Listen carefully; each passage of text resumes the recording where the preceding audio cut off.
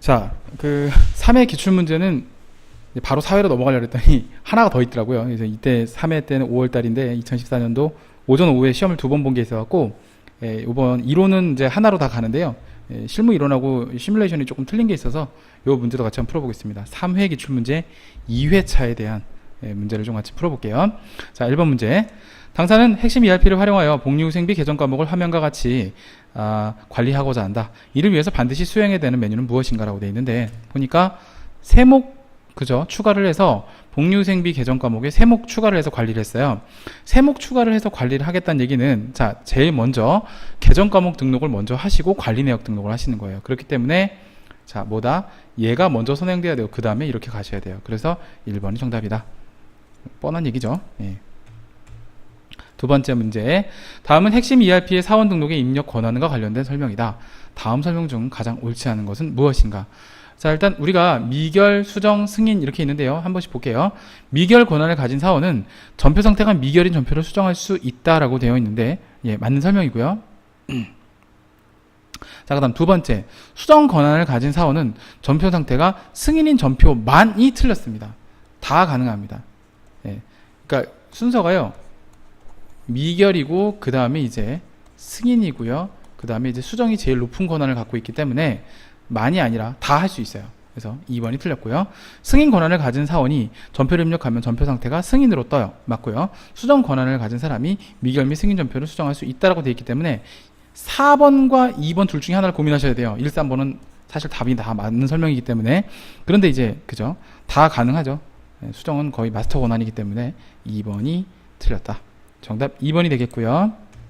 자, 그 다음 중 결산 자료 입력 프로세스를 통해서 자동 결산으로 결산 전표를 생성할 수 없는 것은 미수수익 인식. 답은 1번인데요. 자, 이거 말고도 대손충당금 계상, 매출원가 대체, 그리고 기말 재고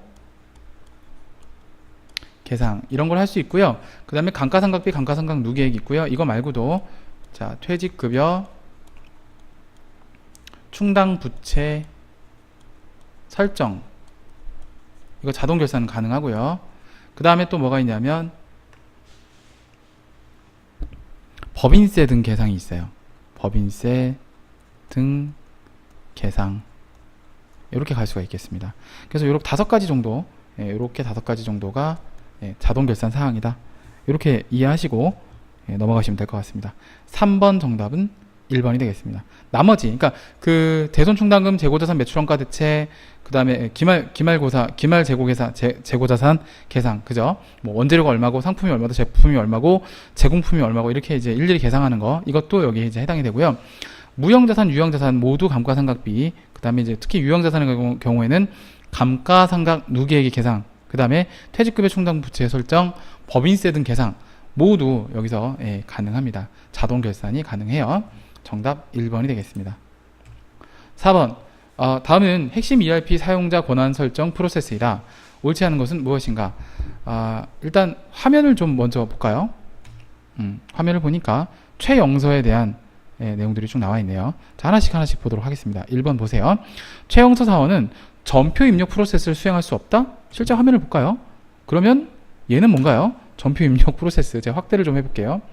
전표 입력 프로세스를 변경, 삭제, 출력도 가능하잖아요. 사용할 수 없다? 말도 안 되는 소리죠. 1번이 정답이고요. 2번, 3번, 4번. 자, 맞는지 확인해 볼게요.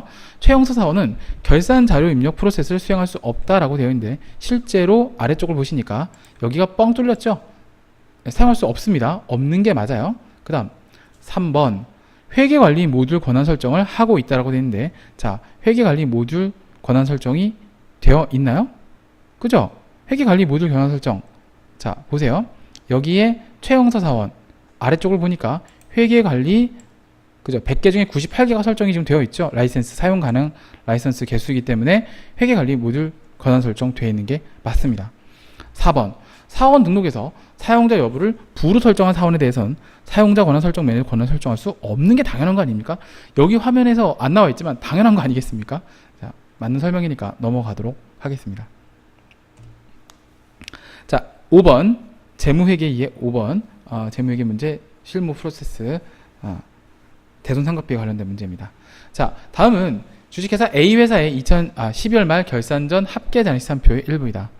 A회사는 외상매출금의 2%를 대손 충당금으로 설정하고자 할 때 손익계산상 대손상각비로 계산될 금액은 얼마인가? 물어보는 것만 하시면 돼요. 외상매출금의 2%를 대손으로 설정을 한대요. 그럼 자, 받으러 오면 보지 마시고 이것만 보시면 되는 거죠. 자, 그럼 이제 대손 충당금 설정, 우리 전산회계 이급할 때 또는 운용사 할 때도 많이 해봤던 건데, 자, 한번 볼게요. 외상매출금에 대한 차변 잔액, 자, 이건 무시하시고 곱하기 설정률 2% 하라고 그랬죠. 그래서 마이너스 대손 충당금에 대한 대변 잔액을 빼주시면 되는 거죠. 이걸 빼주시면 돼요. 그럼 여기서 계산을 해보면 9,400만원 곱하기 2% 마이너스 대손 충당금 설정 전 잔액 120만원을 해주면 추가 보충할 금액이 나오는 거죠. 자, 그럼 계산을 해보니까 9,400만원 곱하기 2% 188만원 마이너스 120만원을 빼주시면 돼요. 그러면 68만원만 추가 설정해주면 된다는 얘기죠. 자, 이것이 보충할 금액이 되는 건데요.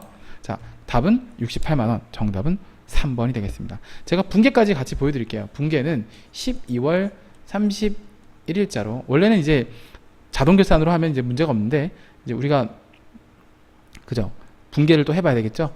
원래는, 그래서 기말결산 정리분계는 차변의 대손상각비 68만원만큼 더 추가돼야 되고, 대변의 대손 충당금 68만원 해줘야 된다. 여기서 대손 충당금은 외상 매출금에 대한 대손 충당금 금액이어야 된다. 왜냐, 이제 그 코드로 하면 109번인데요. 10900인데, 이제 뭐, 그, 경우에 따라서, 받으러 오미나, 이제 뭐, 미수금, 대여금에 대한 대손 충당금하고도 헷갈릴 수도 있기 때문에, 이렇게 정리를 하시면 되겠습니다. 정답 3번이 되겠습니다. 자, 6번 볼게요. 기본적인 문제가 나왔는데 옛날에 한참 나오다가 요즘에 안 나오다가 또 다시 컴백한 문제네요. 자, 핵심 ERP를 활용해서 마스터 데이터를 입력하는 순서. 일단 회사가 먼저 등록이 돼야 되겠죠. 그 다음에 거기 안에 사업장 등록이 돼야 되고, 부문 돼야 되고, 부서 등록돼야 되고, 사원 등록돼야 된다. 그래서 부문이 먼저고 부서가 나중이에요. 그래서 사원 등록. 그래서 회사가 먼저, 사업장이 그 다음 이제, 그쵸, 점점점, 그쵸, 이게 더 큰 순서예요. 이렇게. 예, 그래서 요런 순서대로 쭉 간다라고 보시면 되겠어요. 3번이 정답입니다. 한때 많이 나왔었는데 예전에는, 요즘에는 그죠, 좀 뜸했는데 또 다시 나왔네요. 7번 문제 보겠습니다. 다음은 당사의 12월 말 현재 합계잔액시산표 일부이다. 화면이 이제 좀 이따 볼 거예요. 이 중 단기 매매 증권은 3월 1일 주당 2,200원에 2,000주를 매입하였다. 자, 그러면 결산일 현재 공정가액이 330만원인 경우, 3,300원인 경우 손익계산상의 평가이익은 얼마냐고 물어봤어요. 이건 정말 간단한 문제인데, 자, 원래 2,000주를 매입을 했대요. 2,000주를 매입을 했는데 이 당시에 단가가 2,200원이었다는 얘기죠. 그런데 이게 올랐대요. 얼마로 올랐대요? 3,000, 그죠? 300원으로 올랐다는 거예요. 그러면 2,000주 곱하기 3,300원이 현재 가치란 얘기죠. 현재 금액이란 얘기죠. 그러면 이건 뭐 사실 계산 안 해봐도 되는데 그냥 계산해 볼게요. 440만원짜리가 660만원이 됐다는 얘기잖아요. 그럼 이것만큼 뭐예요? 플러스 220만원만큼 평가이익이 생겼다는 거죠. 답 그래서 4번인데, 자, 이거 분계를 해볼게요. 12월 31일 날 기말결산 정리분계로 차변의 단기 매매증권 220만원, 대변의 단기 매매증권 평가이익으로 220만원. 정답 4번이 되겠습니다. 뭐 사실 뭐 볼 것도 없어요. 그죠? 예. 단기 매매증권이 440만원이죠. 원래 이게 이제 있다고 돼 있는데, 요건데 그 내용을 좀 보니까, 그죠? 예. 처음에 440만원이었다가 이제 그 결산 수정 분계를 안 한 거죠. 그러니까 추가적으로 220만원 더 해주면 이게 결과적으로는, 그죠? 여기 220만원이 플러스가 되는 거니까 여기에 이제 공정가치 반영을 해서, 지금은 이제 수정전 시산표니까 여기에 뭐 저 추가 분계를 해줌으로써, 그죠? 플러스 220만원 평가 이익을 계산해 줌으로써 660만원이 되게 되는 거겠죠? 정답 그래서 4번이 되겠습니다. 8번을 볼까요?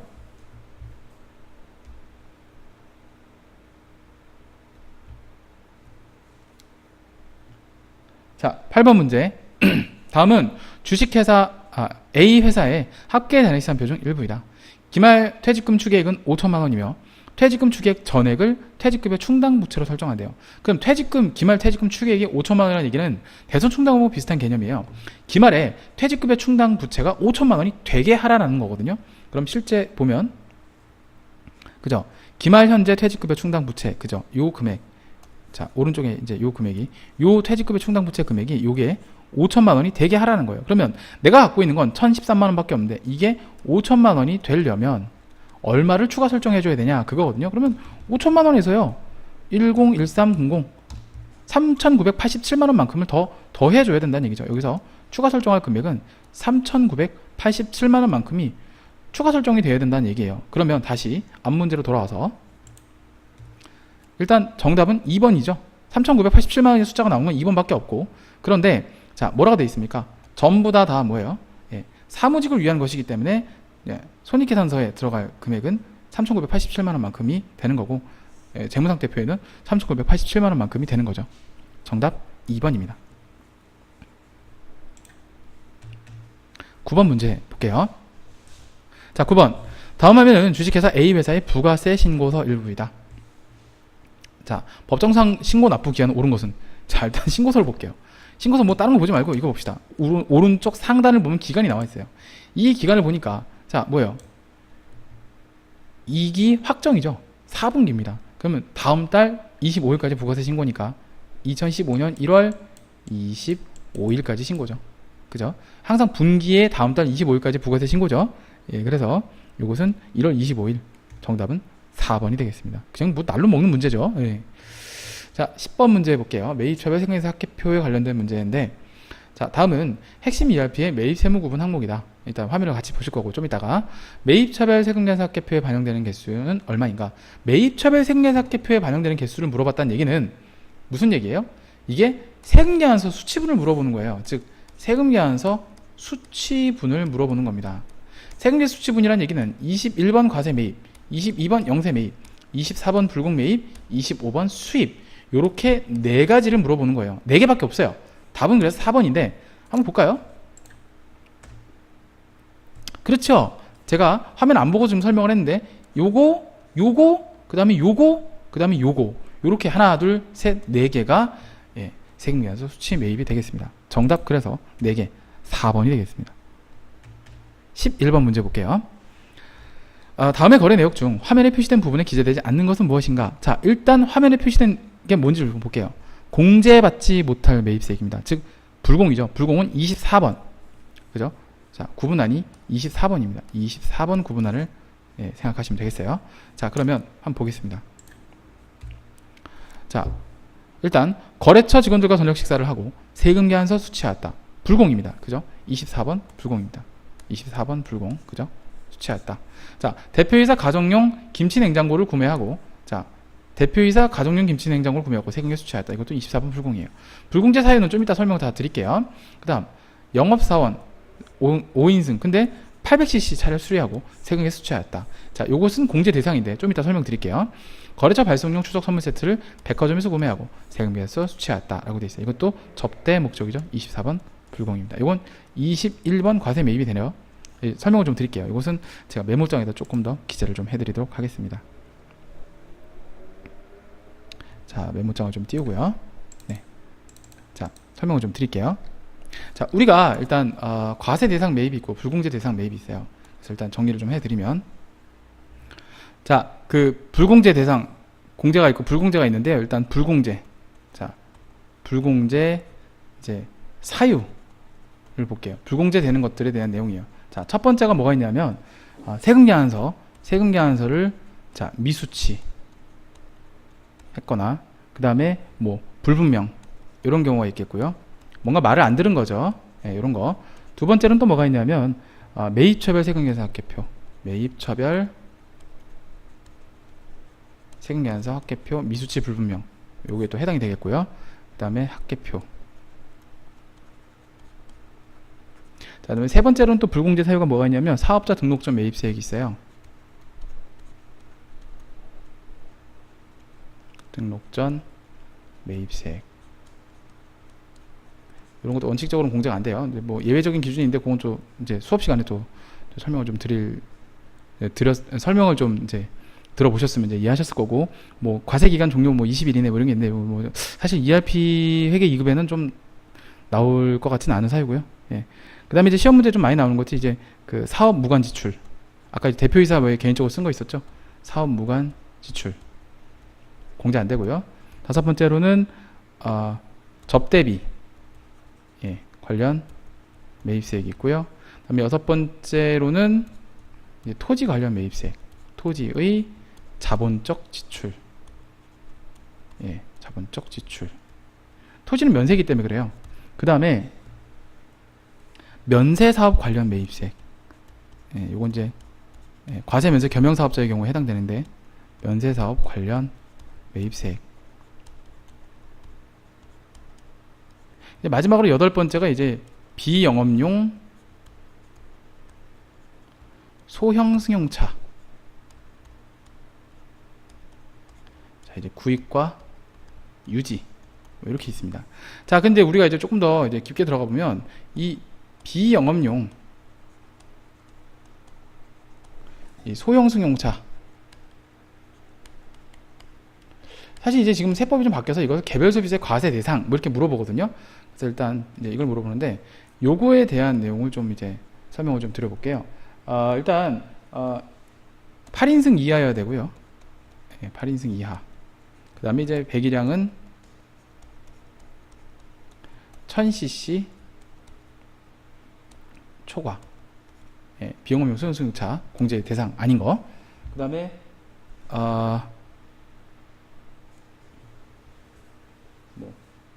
지프용 또는 이제 캠핑용, 뭐 이런 거 안 되고요. 그 다음에 이륜 자동차, 오토바이 있죠? 오토바이를 이륜 자동차라고 하는데요. 125cc 초과. 자, 요런 것들은 공제가 안 되고요. 공제가 되는 것들 중에 이제 반대되는 경우 중 하나가 경차는 국민차죠. 경차, 국민차. 경차, 국민차는 요런 게 공제가 또 돼요. 국민차.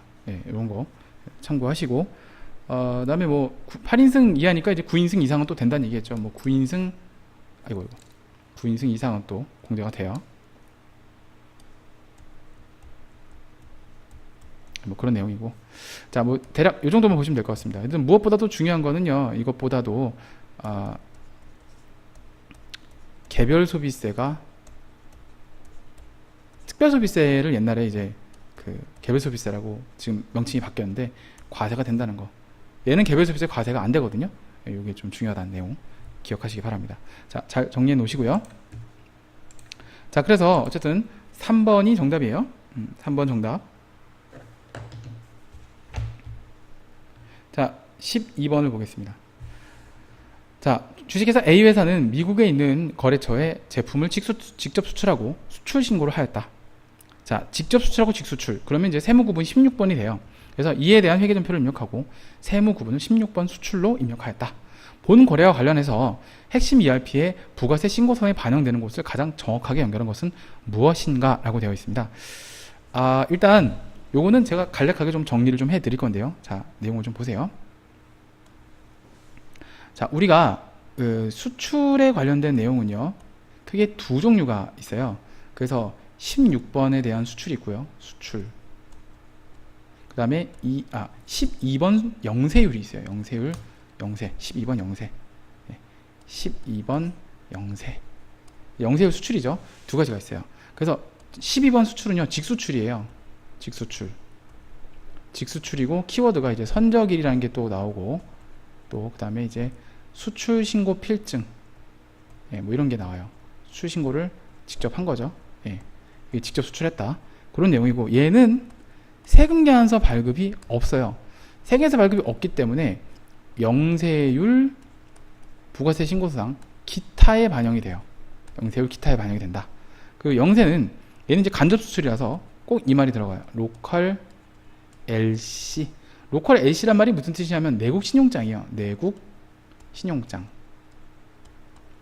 내국 신용장 또는 구매 확인서. 예, 또 이런 말이 나와요. 그래서 얘는 반드시 영세율 세금계산서 발급을 해줘야 돼요. 예, 국내 거래를 보기 때문에 영세율 세금계산서 발급을 해주고, 그래서 얘는 부가세 신고서상에 영세율 세금계산서로 반영이 됩니다. 예. 자, 이렇게 정리를 좀 해볼 수 있겠네요. 자, 그래서 일단 정답은 4번인데요. 뭐 화면을 보시면 나와 있죠. 그래서 여기에 반영되는 것들을 제가 설명을 좀 드려보면, 이왕 나온 거 11번 세금계산서 교부분 여기 반영이 되고요. 그 다음에 17번 31번 여기에 반영이 되고요. 14번 여기에 반영이 되고요. 여기 있는 게 10 몇 번? 2번이고요. 여기 있는 게 16번입니다. 자, 잘 보시고 11번, 그러니까 유형별로 제가 설명드린 거예요. 세무 구분이 11번 여기에 반영되고요. 그 다음에 17번 카드 과세, 31번 현금 영수증 과세 여기 3번에 반영되고요. 그 다음에 4번에 14 여기 반영되고요. 12번 영세율 매출, 영세율 세금계산서 교부분, 16번 수출, 영세율 기타란에 반영이 된다. 자, 좋습니다. 자, 일단 여기까지 다 풀어봤고요. 다 풀어봤네요. 여기까지 풀어봤고 이제 4회 실무 이론 문제를 넘어가도록 하겠습니다. 자, 수고들 많으셨습니다.